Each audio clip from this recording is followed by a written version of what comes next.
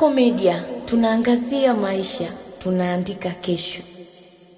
Baadhi ya vijana 47 kati ya 48 walikuwa wakikabiliwa na tuhuma za kufanya vurugu tarehe 29 Oktoba mwaka huu katika maeneo mbalimbali ya jiji la Dar es Salaam na kushtakiwa kwa kosa la uhaini wameachiwa huru baada ya mkurugenzi wa mashtaka DPP kuiondoa kesi hiyo mahakamani. Hatua hii imekuja kufuatia kauli ya hivi karibuni ya rais aliyetoa maelekezo ya kupitia upya mashtaka dhidi ya vijana hao kupitia ofisi ya DPP, hatua iliyosababisha kuachiwa kwao. Hata hivyo, mshtakiwa mmoja amerudishwa rumande hadi Disemba 8 mwaka huu, kesi yake itakapotajwa tena kutokana na mashtaka yanayomkabili kuhitaji uchunguzi zaidi. Ndugu na familia za vijana walioachiwa wamepokewa kwa furaha uamuzi huo, wakisubiri hatima ya kijana aliyebaki rumande. Nikusihi mtazamaji wa Kasako Media, kwa update zaidi unaweza kutufuatilia kupitia mitandao yetu mbalimbali ya kijamii ambapo Instagram na Facebook ni Kasako Media.